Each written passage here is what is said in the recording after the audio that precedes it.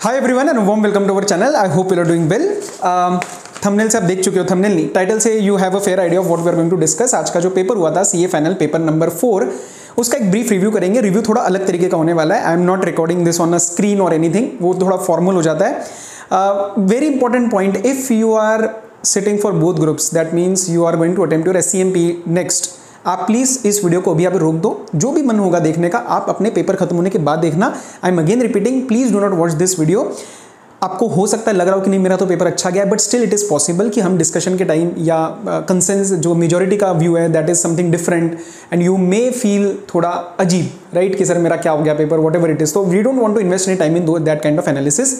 अगर आपका first group था and you are free, completely free, तो आप ये वीडियो देख सकते हो। This is precisely the reason कि मैं ये रिव्यू वीडियो बनाता हूँ। इंटर वालों को मैंने नहीं बनाया था क्योंकि बीच में आता है वो, बट अब ग्रुप 1 खत्म हो चुका है, we can conclude it, right. ये रिव्यू थोड़ा अलग तरीके का रहने वाला है। It is going to be a very in a very informal manner, तो स्क्रीन वगैरह की हमें ज़रूरत नहीं है। और मैं कुछ बातें बस इसमें से डिस्कस करूंगा ताकि आपको एक मोटा on a very broad level you will get an idea एक 15-20 मिनट्स में कि सर ये पेपर मोटा कैसा आया था, हमने कैसा अटेम्प्ट किया है, and maybe on the basis of that you can take some decisions whatever it is, right. First of all I am very happy to say, जो मुझे अभी तक फीडबैक मिला है, अभी हालांकि मुश्किल से मैंने आधा घंटा ही देखे मैसेजेस, कि अगर आपने मेरी कंपनी लॉ के भी, मैंने तीनों कंपनी लॉ के चैप्टर 1, 2, 3 डाला था और उसमें से सिर्फ डिस्क्रिप्टिव पार्ट में भी अराउंड 22 मार्क्स का जो है, अभी डिस्कस करेंगे हम, अराउंड 22 मार्क्स का जो है कवरेज आया था। So even if you had watch that particular part, बचे हुए भी जो वो तो अलग है, जैसे फेमा का पार्ट हो गया, एक्सपोर्ट रेगुलेशन वाला पार्ट आया था, एडवांस पेमेंट का पार्ट आया था, वो सारा भी फेमा के इसमें कवर था। तो अगर वो चीज़ें भी अगर आपने ढंग से रिवीजन देखी होगी मेरी, तो you would have been in a very okay comfortable situation in today's paper. That is what I feel, that is what the feedback is telling me right now on the basis of the revision lectures, ठीक है। So I am very happy कि जिन्होंने उतना time invest किया, क्योंकि मेरे revisions बाकियों से थोड़े से लंबे रहते हैं, बट आई इंश्योर कि हम सारी चीज़ें तरीके से कवर करें। क्लियर। इनफैक्ट मैनेजर रेम्यूनरेशन वगैरह में भी जो रेशियोज वगैरह की वाली बात थी वो हमने डिस्कस करी थी। ओके, नाउ लेट्स टॉक कि सर स्टूडेंट्स को पेपर कैसा लगा है। मैंने एक छोटा सा पोल लिया था अभी, हालांकि अगेन ज़्यादा टाइम हुआ नहीं है अभी, काफ़ी सारे बच्चे घर भी नहीं आए होंगे, but around surprisingly 1000 people have already voted. So 46-9, तो तकरीबन 55% have said that paper was easy. उसमें से 46% ने बोला है that easy but lengthy, but paper easy था, मतलब पास होने की दिक्कत नहीं आनी चाहिए उन बच्चों को, हालांकि हम में भी ज़्यादा नंबर ना ला पाए। एंड 37+7% जो है ये बच्चे कह रहे हैं, so balance 40-45% are saying that sir paper was difficult. उसमें से अगेन कुछ लेंदी कुछ नॉट लेंदी, राइट।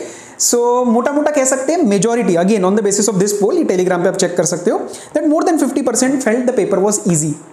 मेरा पर्सनल ओपिनियन बताऊँ, मुझे लगा पेपर ईजी से थोड़ा सा मतलब एवरेज टाइप था, क्योंकि कुछ क्वेश्चंस ऐसे हुए जो आई फेल्ट दैट थोड़े से अनयूजुअल वे में थे, जैसे मीडियन का कैलकुलेशन करना आई थिंक एक क्वेश्चन में था। एंड अब हम डिस्कस करेंगे मोटा क्वेश्चंस, ठीक है। So what I feel is paper was moderate, मतलब पास होने में, मतलब जेन्युइनली आपको बताऊँ, एक लाइन में उसको सम अप करता हूँ। अगर आपने पढ़ाई ढंग से करी होगी, मतलब 100% कोर्स किया होगा, या 100% नहीं तो चलो मेजर टॉपिक्स भी किए होंगे, बट तरीके से, ऊपर से नहीं, जल्दबाजी के चक्कर में नहीं, क्वेश्चंस एंड कंसेप्ट दोनों किए होंगे, तो आप 40 के चक्कर में नहीं फंसोगे। That is what I feel. अब 50 लाने, 60 लाने, 70 लाने, that is on the basis of your preparation. Clear. और बच्चों का जो ओपिनियन था वो मैंने आपको बता दिया, तकरीबन 55% को ये ईजी लगा है। मैं सिर्फ उन 1000 बच्चों की बात कर रहा हूँ जिन्होंने अभी आधे घंटे तक आके यहाँ पे वोट किया है। नाउ मैं जस्ट ब्रीफली क्वेश्चंस को डिस्कस करूंगा एंड उससे आपको एक आइडिया मिल जाएगा कि मोटा आपने क्या क्लियर किया है, क्या नहीं किया है। कहीं पे मुझे इशू आया तो मैं जस्ट वो पार्ट अपने फोन में चेक कर लूंगा। एक स्टूडेंट ने मुझे भेजे क्वेश्चन सारे। चलो सर, क्वेश्चन नंबर 1 था आपका, part number A, appointment and qualification of directors का फेयरली इजी क्वेश्चन, सेक्शन 160 का डायरेक्ट क्वेश्चन था, ठीक है। मैं डिटेल में नहीं जाऊंगा, ये कोई बहुत लंबी वीडियो नहीं है, ऊपर से बताऊंगा। क्वेश्चन नंबर 1 का जो बी पार्ट था आपका, that was 4 marks, appointment and qualification of directors. अच्छा, sorry to interrupt, please sorry to interrupt. Before we go into this details, एक मोटा जो मैंने देखा ट्रेंड, डायरेक्टर्स के अपने पहले 3 चैप्टर तकरीबन 22 नंबर के आए थे डिस्क्रिप्टिव के। ओके, फेमा का 6 नंबर का आया था, एक्सपोर्ट और ओआई का मैंने आपको 100% मेरे क्लास वालों का, at least I am very happy, class वालों को ये चीज़ बता के कराई थी कि ओआई में से एक क्वेश्चन आएगा और वो बहुत ईजी आएगा, और वो बहुत ईजी आया था। जिसको आता होगा उसके लिए वो लड्डू नंबर थे। IBC 7 to 8 मार्क्स का आया था descriptive as expected, PMLA 9 number का आया था डिस्क्रिप्टिव में, अगेन इंपॉर्टेंट रहता ही है, and foreign company generally 8 number का रहता है पर वो 4 नंबर का था, बट ठीक है, मतलब मोटा मोटा ऐसा मैं नहीं कह सकता कि कोई ट्रेंड टूटा है, कोई नया पैटर्न बना, ऐसा I didn't feel. Okay, now हम कहाँ पे थे क्वेश्चन डिस्कशन में। सो क्वेश्चन नंबर 1 का जो पार्ट ए था that was fairly easy, section number 160 का जो अपॉइंटमेंट रहता है उसके ऊपर क्वेश्चन था, उसमें ज़्यादा कोई इशू नहीं आना चाहिए आप लोगों को। पार्ट नंबर बी जो 4 नंबर का था डायरेक्टर्स का ही, again it was fairly easy, it was dealing with section 167 and 164, उसके अंदर भी आई डोंट थिंक आपको कोई इशू आना चाहिए। ये हम डायग्राम भी पढ़ते थे रिवीजन वालों, ये डायग्राम पढ़ाया था हमने, याद है ना आपको ये बात, उसमें अपील होती है एंड वो कब लीव करता है, so continuation of director and appointment of director की बात कर रहे थे हम। सो 164 यहाँ पे हिट करता है, 167 हिट नहीं करता, वेकेशन के लिए टाइम लेता है, मतलब he does not leave office, वो वेट करता है अपील और उसके डिस्पोजल का, लेकिन 164 हिट कर जाता है। सो देख लेना आपने वो सही से किया ना। क्वेश्चन नंबर 1C 4 नंबर का मैनेजर रेम्युनरेशन का, वेरी इजी, एज के ऊपर क्वेश्चन था, डायरेक्ट, इसमें एसआर आई थिंक पास नहीं हो रहा था, ठीक है, तो एसआर नहीं पास होता, लेकिन अगर ओआर पास हो जाता तो सीजी के अप्रूवल से भी हम उसको अपॉइंट कर सकते हैं। जो एज का इशू आ रहा था इसमें, यस मिस्टर सूर्या वाला 70 मार्क्स का, ठीक है। Question number 2A 4 number inspection inquiry, fairly easy, 212 SF5 का डायरेक्ट सवाल था। क्वेश्चन नंबर 2B 4 नंबर का compromise arrangement amalgamation, this was moderate, section 236, पूरा का पूरा डायरेक्ट नहीं था, तो इसके अंदर थोड़े बच्चों ने फंबल मारा होगा, that is what I believe. Question 2C 3 number का फेमा का डायरेक्ट पार्ट था, ठीक है, OI का ये डायरेक्ट सवाल था क्वेश्चन नंबर 2C का, जो ये मिस्टर राजेश वाला था। ओके, राइट्स के ऊपर बात चल रही थी, राइट्स एंड बोनस के ऊपर, ठीक है, तो रिनाउंसिएशन ये OI का डायरेक्ट सवाल था, अगर आपको आता है तो आता है, आप इसके अंदर तुक्का नहीं मार सकते हो। क्वेश्चन नंबर 2D जो था, it was again with respect to FEMA export regulations के रिस्पेक्ट में एडवांस पेमेंट, ठीक है, एडवांस कब ले सकते हो, 1 ईयर में वो कंप्लीट करना है, वो सारी बातें, लिबर का जो एक अमेंडमेंट आया था, सो आई होप आपने वो अमेंडमेंट वाली बात भी लिखी है। So this was also I think very easy. Question number 3A part number 1 winding up का था, ये एडवाइजरी कमेटी के ऊपर था, सेक्शन नंबर 278। कल का जो मैंने वीडियो बनाया था उसके अंदर मैंने ये इंक्लूड शायद नहीं किया था जितना मेरे को याद है, but again that was again high probability risk वाला वीडियो, लेकिन क्लास में जब हमने, क्लास वालों आप कंफर्म कर सकते हो, जो हमने फर्स्ट पार्ट पढ़ते वाइंडिंग अप का, उसके अंदर एडवाइजरी कमेटी किया था, और उसके अंदर जो चेयरमैन रहता है वो कंपनी का लिक्विडेटर रहता है, right. So accordingly you would have answered, I am believing that. Part number 2 number का वाइंडिंग अप का था, ये थोड़ा सा मैं कहूँगा टफ था। सर टफ क्यों था? क्योंकि ये बच्चे भूलने के चांसेस ज़्यादा होते हैं, हालांकि हम क्लास में करते हैं, पर अगर आपको सेक्शन 324 याद है तो उसके अंदर एक वर्ड दिया हुआ है क्लेम्स फ्यूचर और प्रेजेंट, आपको याद आ रहा है? नहीं याद आ रहा होगा, क्योंकि ये थोड़ा सा मैं कहूँगा टफ था सवाल, बट अगेन 2 नंबर का ही था। सो फ्यूचर क्लेम्स जो होते हैं वो भी इसके अंदर कवर किए जाते हैं, present, future, contingent, because here the liquidator is just trying to make an estimate of what kind of claims we are expecting against the company, तो यहाँ पे वो थोड़ा ठीक है, अगर आप इशू आया तो कोई बात नहीं। क्वेश्चन नंबर 3B 4 नंबर का रजिस्टर्ड वैल्यू, और बहुत डायरेक्ट सवाल था, 247 का। ऑडिट कमेटी यार ऑब्वियसली इसमें अपॉइंट कर सकती है, इसमें कोई बड़ी बात नहीं थी।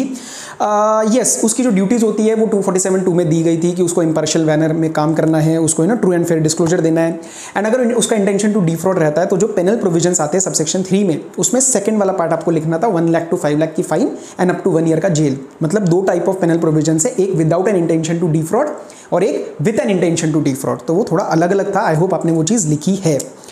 सी पार्ट जो था PMLA का था, वो अगेन मॉडरेट कहूँगा मैं, मतलब आई डोंट फील कि वो एकदम डायरेक्ट सवाल था। क्वेश्चन नंबर 3C, एक जो चीज़ मुझे लगी जो ICAI हमेशा ही करता है, क्वेश्चन बहुत बड़े बड़े थे, उसमें से जो बात निकालनी थी वो बहुत छोटी थी, तो अगर आपने तरीके से, if you have an idea of question को रीड कैसे करना होता है, ठीक है, मेन इन्फॉर्मेशन कौन सी होती है, उस पर ध्यान देकर अगर आपने आंसर किया तो आपका टाइम थोड़ा बचा होगा, वरना आपको लेंदी लगा होगा। अगर आप एक एक चीज़, मतलब थोड़ा आइडिया लग जाना चाहिए कि ये पढ़ के हमारे लिए रेलिवेंट है या नहीं है, जैसे वो किसी के प्रोफेशन के बारे में बता रखा है, किसी के बारे में कुछ बता रखा है, तो वो अगेन इट डिपेंड्स कि वो इतना रेलिवेंट है या नहीं। सो दैट आई फेल्ट कि थोड़ा इसमें इशू था। Yes, part number C illicit earning वाला PMLA का, ही ऑल्सो स्टेटेड। हाँ, so again this was I think moderate सवाल, this was pretty moderate, it was not a very direct question per se. Hitesh वाला जो था, कैन मिस्टर हितेश का जो इसके अंदर क्लेम वगैरह था, तो उसको जो मौका दिया जाता है यू नो बात रखने का। सो नेक्स्ट था आपका question number 4A, this was SEBI का, नॉट LODR, सेबी। ये बहुत इजी सवाल था, इसके अंदर सेक्शन 7 और सेक्शन नंबर 8 लग रहे थे आपके डायरेक्ट, तो अगर वो चेयरमैन नहीं आता है तो मेंबर्स अपने आप में से चूज कर लेते हैं, मेजॉरिटी के बेसिस पे डिसीजन लिए जाते हैं, डिफेक्ट से कोई फर्क नहीं पड़ता, तो again this was I would say very very easy. Question number 4 भी LODR का था, इसके अंदर ऑडिट कमेटी के ऊपर था आई थिंक ये। तो 2/3 जो है आपकी इंडिपेंडेंट डायरेक्टर होने चाहिए, फाइनेंशियली लिटरेट सारे होने चाहिए, and with minimum 1 member should have that expertise. वो आई थिंक कोई भी बात इसके अंदर मीट नहीं हो रही थी। So again LODR very very easy. Third मतलब फोर्थ का C 3 नंबर का FCRA का आपका एक रिवीजन एप्लीकेशन आया था, ठीक है। तो रिवीजन एप्लीकेशन आप प्लेन पेपर पे लिखते हो, स्कैन करके इलेक्ट्रॉनिक सेंड करते हो, और उसके साथ आप कोई ऐसा फॉर्मेट नहीं होता है, लेकिन सपोर्टिंग डॉक्यूमेंट लगाने होते हैं। रिवीजन का टाइम जो होता है वो 1 ईयर, जब उसको कम्युनिकेट की जाती है इन्फॉर्मेशन, और he comes to know about it whichever is earlier, ठीक है। डी पार्ट आपका आर्बिट्रेशन कंसिलिएशन का था, फेयरली सिंपल, सेक्शन 62 का कमेंसमेंट ऑफ कंसिलिएशन प्रोसीडिंग्स, और कंसिलिएशन कैसे की जाती है, सो दैट ओके। कंसिलेशन कैसे की जाती है वो डायरेक्ट नहीं था, थोड़ा सा आपको लिखना पड़ता, क्योंकि क्या है अपने मटेरियल में भी, ICAI के मटेरियल में भी इसके ऊपर ज़्यादा डिटेल में इंफॉर्मेशन नहीं थी, राइट। क्वेश्चन नंबर 5 है फॉरेन कंपनी का था, 382, जो आप यू कॉन्स्पिशियसली प्लेस द इन्फॉर्मेशन कि आपकी कहाँ पे कंपनी इनकॉर्पोरेट हुई है एंड वो सब बातें। तो 382 का नॉर्मल था, बस इसमें ध्यान रखना था प्लेस ऑफ बिजनेस जो होता है इंग्लिश के साथ साथ there you also have to state in the local language, ठीक है। बिल हेड और आपका जो लेटर हेड रहता है, ऑफिशियल डॉक्यूमेंट्स रहते हैं, उसके ऊपर अगर आपका कोई जनरल लैंग्वेज जो लोकल लैंग्वेज है वो ना हो तो चलता है, इंग्लिश में सिर्फ English is okay for that. Question number 5B जो 4 नंबर का था, that was with respect to chapter number 10 company law. बहुत ईजी सवाल था, मीडिएशन कॉन्सिलिएशन पैनल, ये मैं क्लास में बताता था कि ये मेरे अटेम्प्ट में भी आया था, आई थिंक ये वैसा ही बिल्कुल सेम सवाल था। तो 442 मीडिएशन कॉन्सिलिएशन पैनल लगता है, 3 मंथ्स में डिस्पोजल होता है, जो इसके अंदर हुआ नहीं है। और अपील किसके पास जाती है, जिसके पास ओरिजिनली केस होता है, तो इस केस में ट्रिब्यूनल था। सी में दोनों ही पार्ट IBC के थे, फर्स्ट एलिजिबिलिटी का था, रेगुलेशन नंबर 3 का फेयरली सिंपल, एंड सेकंड था प्लेसिंग ऑफ प्रपोजल का, उसमें मिनिमम 33% चाहिए होता है, यहाँ पे आई थिंक 49% दिया हुआ था, तो that is also Fairlie simple. ये थे हमारे क्वेश्चन नंबर 5 तक।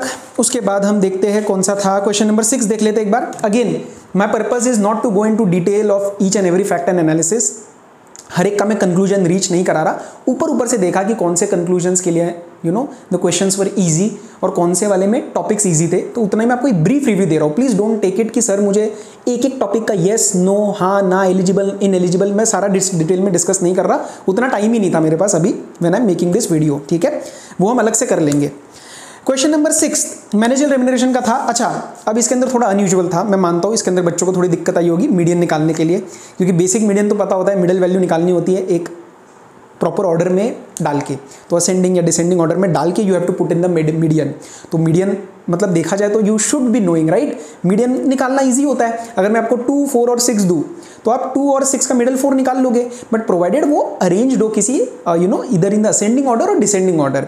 तो असेंडिंग डिसेंडिंग वाली बात में शायद गलती हो सकती है आपकी, बट येस अलग से ये कभी हम मीडियन कराते नहीं है क्लास में, बिकॉज वी अज्यूम कि आपको ये चीज़ पता होगी, बट येस अगर वो नहीं याद है तो वो दिक्कत आई होगी आपको। रेशियोज डिस्क्लोजर की बाकी बात थी, दिस वाज फेयरली सिंपल 197 में, सबसेक्शन 12 में red with rule number 5, okay.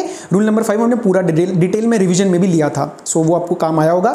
Meetings का सवाल था, इसमें और पार्ट में आपको 4 नंबर का ऑडियो कॉन्फ्रेंसिंग का एक सवाल उसमें पूछा है कि किसी ने ऑडियो कॉन्फ्रेंसिंग से ज्वाइन किया है, एंड माय ओपिनियन इज कि you can not do from audio conferencing, क्योंकि ऑडियो कॉन्फ्रेंसिंग में आप किसी को ढंग से पहचान नहीं सकते हो। एंड इसके ऊपर आई थिंक 1, 2 या 3 साल पहले there was one question also and which we did in our class as well, explanation में उसका मीनिंग दिया हुआ है, and from that it is fairly clear कि ऑडियो कॉन्फ्रेंसिंग से काम नहीं हो सकता। सो दैट आई थिंक आपने गलती नहीं करी होगी।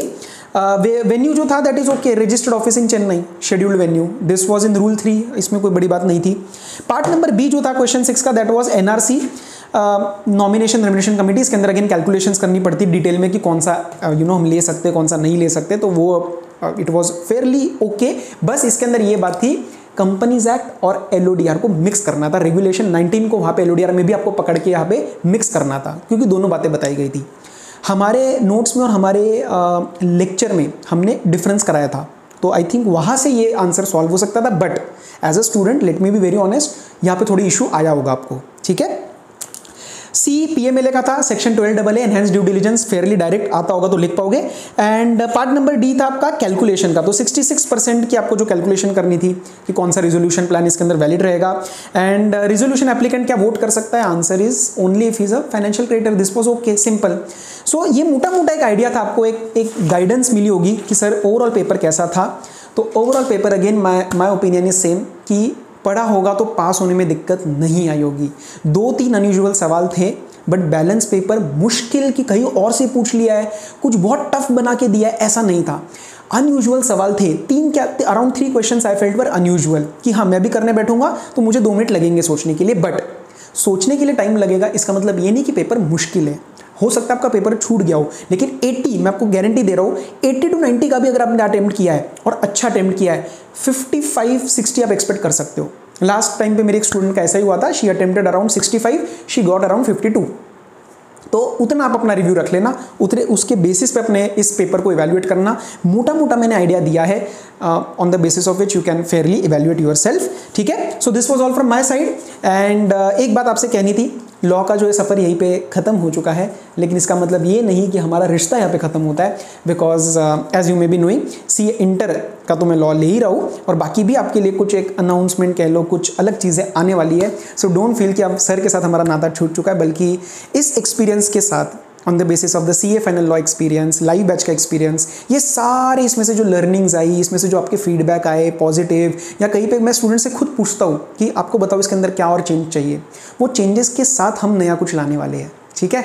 सो डोंट वरी, मैं कहीं जा नहीं रहा हूँ, और thank you for all the love and support for this paper number 4 corporate and economic laws. Actually teacher के लिए भी वो बहुत इमोशनल रहता है, क्योंकि इतने साल हम लगाते हैं एक सब्जेक्ट के ऊपर, एक एक्सपर्टीज़ लेने के लिए, डाउट्स लेके उस चीज़ को इनकॉर्पोरेट करने के लिए, नोट्स बनाने के लिए।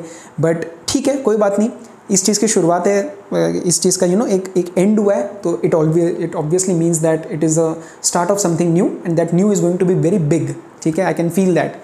सो अभी क्या करना है, ग्रुप 1 हो चुका है आपका, रिलैक्स मारो एकदम।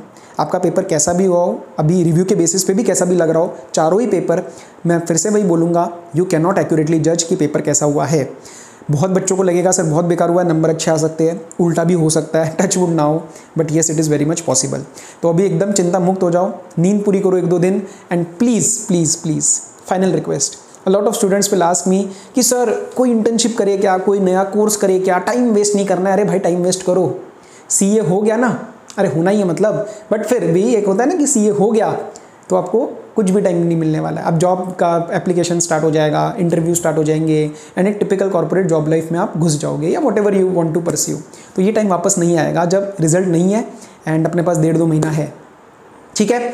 So yes, if you felt कि मेरा एक कॉन्ट्रीब्यूशन था आपकी लॉ जर्नी की तरफ, you can obviously send me the feedback message, it helps me understand कि हाँ किस तरीके से इम्पैक्ट रहा, and do ensure that you let your friends और जूनियर्स नो, क्योंकि इंटर का लॉ का न्यू कोर्स का मेरा पहला बैच आने वाला है, जिस दिन रिजल्ट आएगा उसी दिन लॉन्च होएगा, एंड उसी तरीके से पढ़ेंगे, उसी तरीके से पढ़ाएंगे। So till then all the very best, stay in touch. Instagram पे भी आप मेरे साथ कनेक्ट कर सकते हो, व्हाट्सएप वगैरह पे तो मैं हुई।